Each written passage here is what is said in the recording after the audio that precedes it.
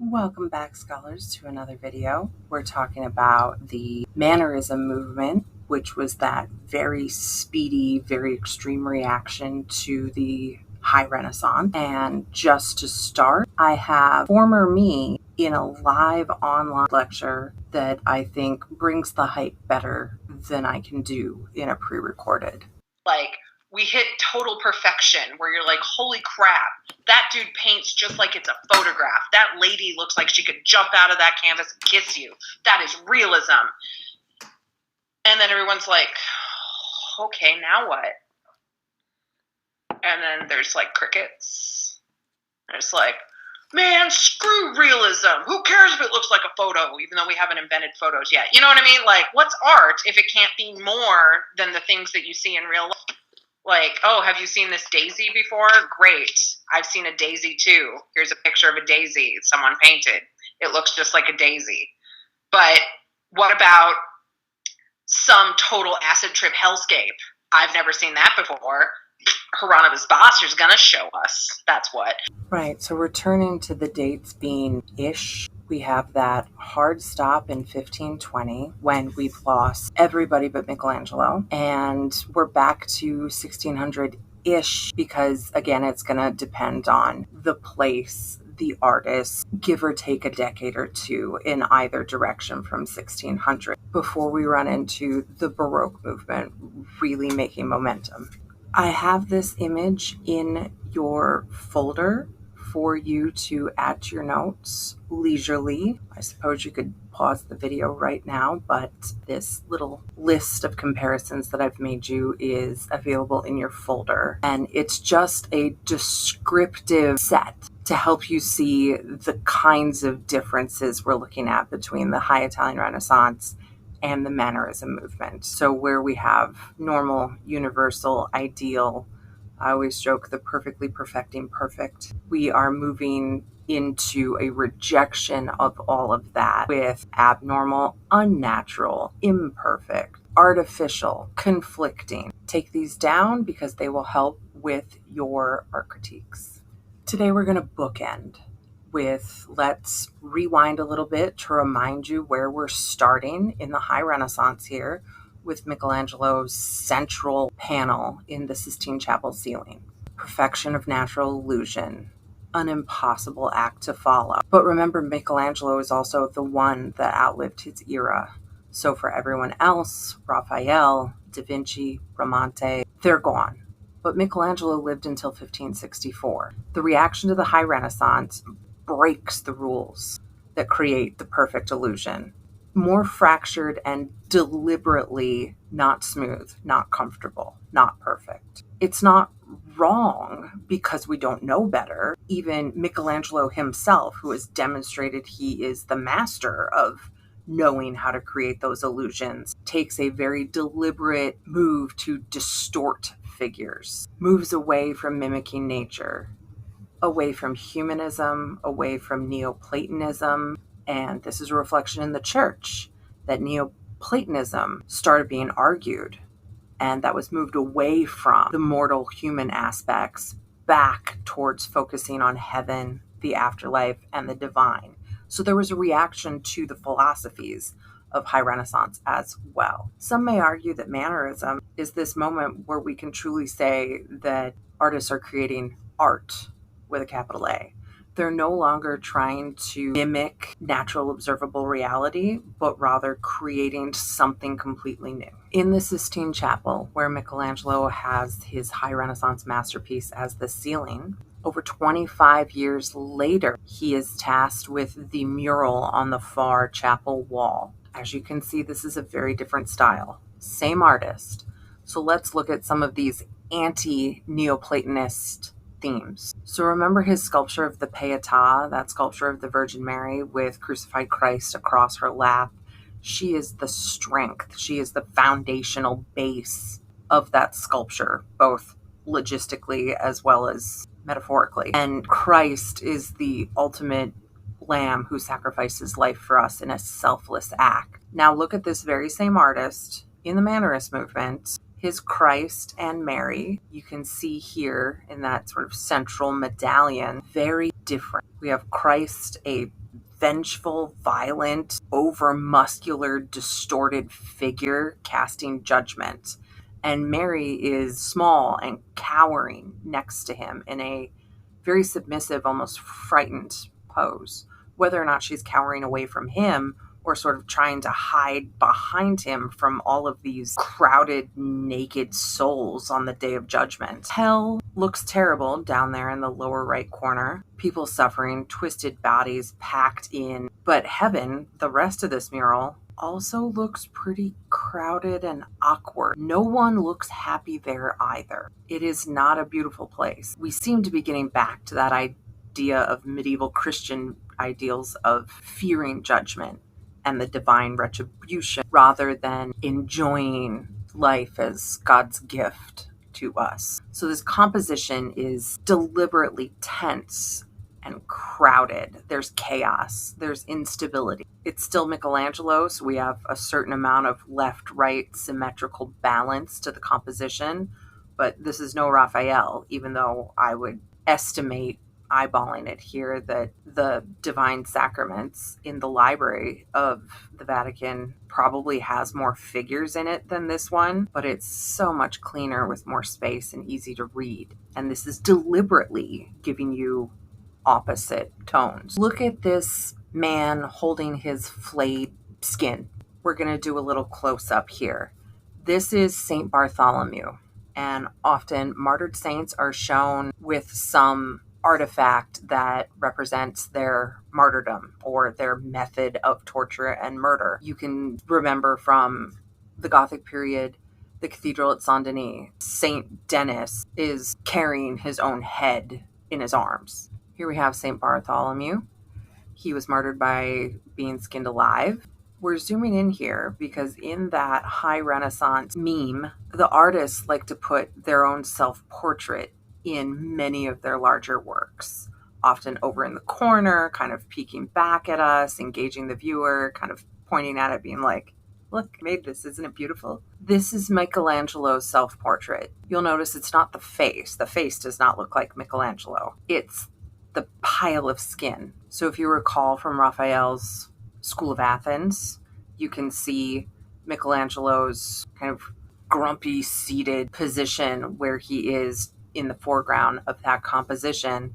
You can recognize the hairstyle, kind of the face shape here. This is his self-portrait as a dead pile of flesh rather than any other selection of character. Culturally, what contributes to some of the chaos and instability of this period? We have the Protestant Reformation. It starts with Martin Luther in 1517 in Germany, but that starts to spark off this religious instability and several conflicts, if not all-out wars, that go all the way through to 1648.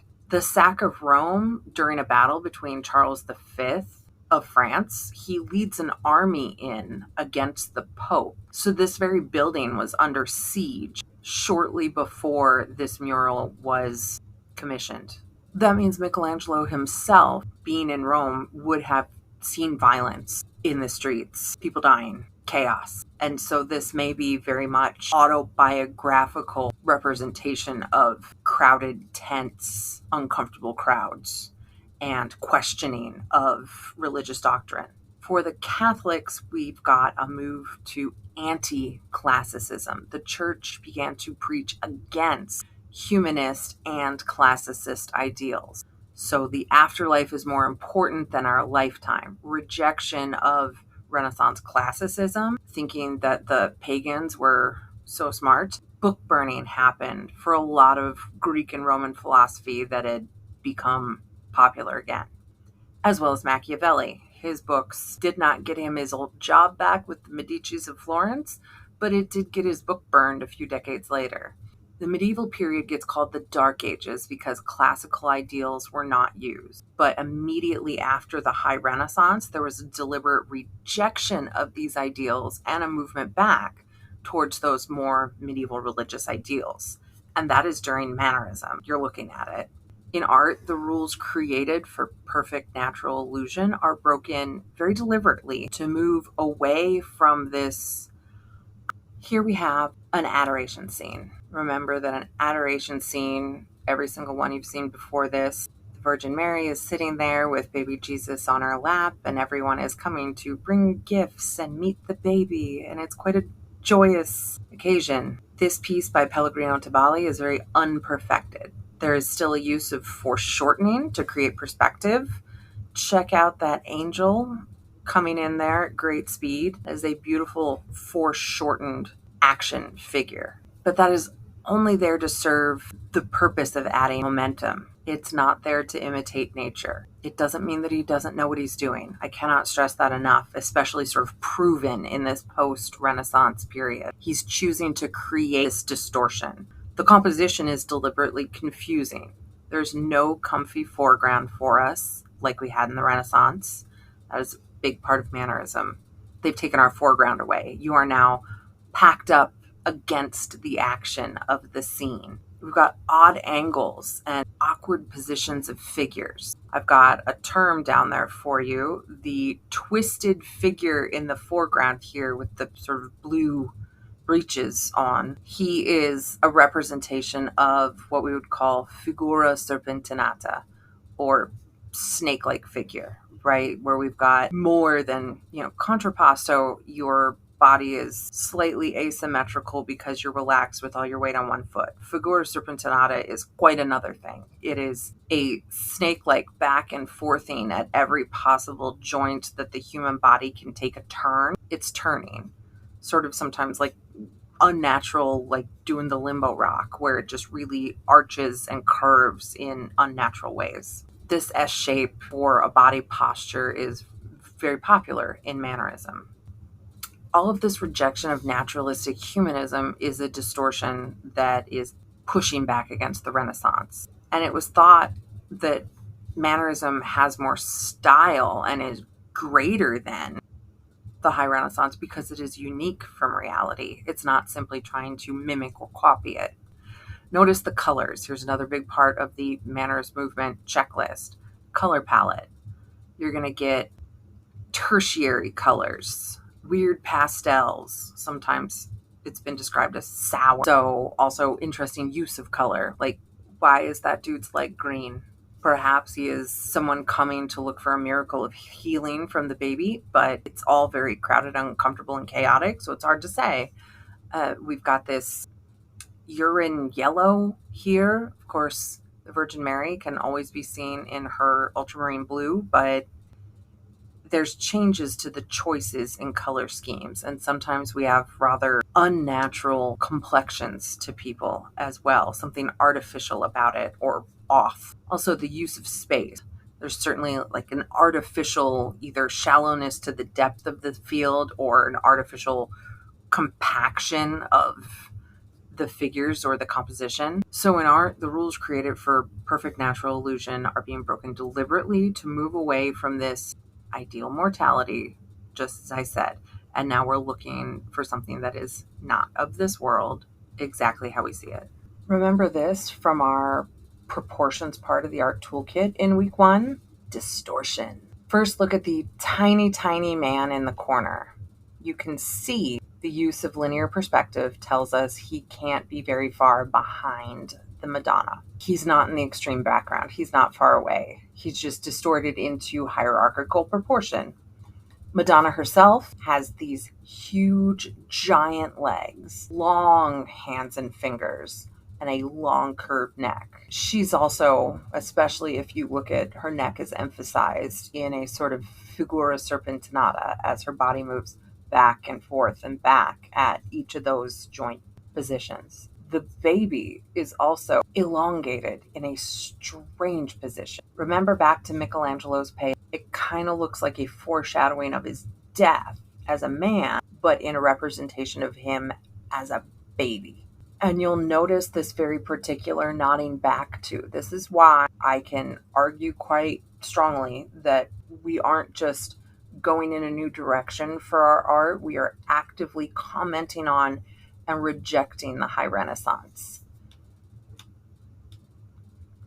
And then over to the side, if this is a Madonna enthroned, or is it an adoration? We've got these sort of leggy, half-naked young girls crowded on the extreme left of the scene, one shoving back awkwardly, sort of looking at us. They are distorted in their proportions and kind of mimicking the angels around an enthroned Madonna.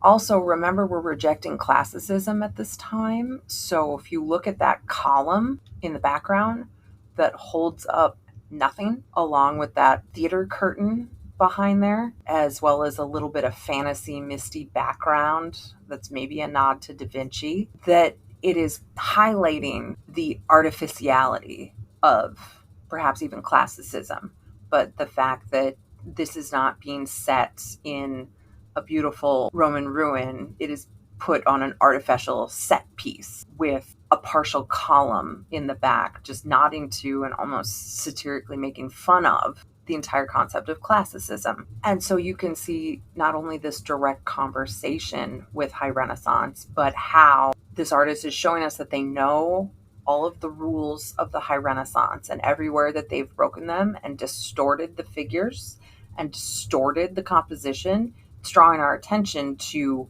what they're trying to say. All right, most of those that we've looked at were immediate reactions to the High Renaissance in the early decades of Mannerism. Now we're looking towards the end of the period where we can still see the same key concepts, that we are still in the Mannerist movement, but we've calmed down a little bit. And El Greco here is an artist who, you thought it was vague with Leonardo from Vinci, but here it's just the Spanish word for a nickname that just says the Greek. We've taken away the foreground. We've compressed the composition, both sort of in depth as well as crushing and compacting the people together into a crowded space. We've got a weird color scheme of tertiaries and pastels. We've got a really odd use of light and shadow. And we've got all of these figures with elongated, distorted bodies. It's very cramped and crowded. There's no comfortable foreground, but it's not as uncomfortable, sort of as tense and angry as what we were looking at before. Our point of view is slightly too low to be on the ground with them. It's not quite a very obvious voyeuristic worm's eye that we're a staircase down and coming up on this scene, but it's just off from correct. And as far as being able to talk about perspective, we really get no sense of space. We don't get a background really, except the hint of sort of an archway or a domed alcove from that dove lit up at the ceiling. And the figures in the foreground are making space for us to see the main focal point with their figura serpentinata twisted bodies. Yet all of this deliberate distortion has made something quite pleasing in an artistic sort of way. This is my case for describing grazia, or grace. It's not mimicking realistic, naturalistic reality, but it's got a sense of style for the sake of style. Honestly, when I look at this, it reminds me of those tall, skinny pillar prayer candles that have different saints and Our Lady of Guadalupe and things on them, and often are of different bright colors. And when they're all stacked up on a shelf at a market, it kind of looks like this crowd of people with little candle flares above their heads. Once again, let's bookend with, all right, so that was Mannerism, this awkward rejection, angsty, developmental period. And let's look at what comes after. Once again, this list is in your folder for your notes, but I just wanted to give you that same comparative, the kinds of keywords you see cropping up between a Mannerist critique versus a Baroque critique. The end of Mannerism and the beginning of the Baroque overlap, depending on which artist you're talking about, which region you're in. But I want you to be able to see the two styles as distinct, even though they overlap in time, even within Italy. With Mannerism being that teen rebellion where we have to reject the High Renaissance. We are speaking directly to the High Renaissance in order to critique it and reject it. The Baroque swings back a little bit to incorporate Renaissance perfection, sometimes even classicism, but it carries on the momentum of grazia, style, and artistic expression that the Mannerist movement gave us. Since I already described Mannerism a lot more in that top comparative list with High Renaissance. I threw a few points in here to remind you where they highlight that Baroque contrast. What do I mean? Boom. Caravaggio, right here at 1600. It's intense and it's dramatic, but you can see the use of space and light in this one place is new in the Baroque movement. Notice how the light is tenebristic. We have bright highlights and deep shadows with very little midtones in between. Space, the picture plane is absolutely full. We have no comfy foreground. We borrowed that from Mannerism, but it goes beyond Mannerism to actually push the action almost out into the viewer's lap. St. Paul falls off his horse, and if he's slid any further, he's going to fall right out onto the floor of the gallery where we're standing. But we're back to classical proportions. Everything is foreshortened properly according to the High Renaissance rules of illusional perfection. Our scale is perfect. Our vanishing point perspective, even though we're not given a real sense of space, each of those characters, as they go back into the scene, are proportioned correctly. We're back to the classical rules as guidelines. We don't have to reject them for rejection's sake. We can use them, but borrow and discard needed in order to create that style, that mood. I will say drama is another key word of the Baroque movement. So we're playing with the rules and bending them and borrowing and tossing aside as needed in order to create that artistic style. Just another one here, one of our first female artists of the semester. Do you see the similarities in style with Caravaggio as far as light and space? We've got dramatic light sources. Things are light or dark. The space has no comfortable foreground. You are right up against that bed mattress and really very little sense of background, though that's probably the tent canvas that is right behind them, not giving us a real sense of space or certainly a cramped, compacted sense of depth. We are inches from the bed where Holofernes is being beheaded. The midground action is being completely pushed right up into our viewer's personal space, out at the front of the picture plane. It's very dramatic. It's a dramatic subject choice. It's gory. It's emotional. The subject or choice in the action is always going to be the most dramatic possible in the Baroque. The composition is diagonal, but we've gone back to borrowing classical scale and proportion of the figures, proper foreshortening, classical Renaissance attention to the folds and details of the cloth and the fabrics. Even the faces of the women are pushing forward in that idealized Renaissance beauty. But just for a counterexample, if we were to talk about Judith and Holofernes in the Baroque, it would be the most dramatic moment in the story, which is the actual bloody, gory beheading bit. The High Renaissance would have been cleaner. Just for a quick jump back to the front of our bookend, this is Michelangelo's panel on Judith and Holofernes from the Sistine Chapel. And as you can see, it's quite tidy and proper. The deed is already done. There's Holofernes' severed head being brought back on a platter to, just in case you were wondering, is it a real human head? On the other side of the tent wall here, you can see we have his foreshortened dead body, but facing away from us for the less rated R rating. And it's very High Renaissance in comparison to the Baroque for just simply telling the same story, but which moment would you choose?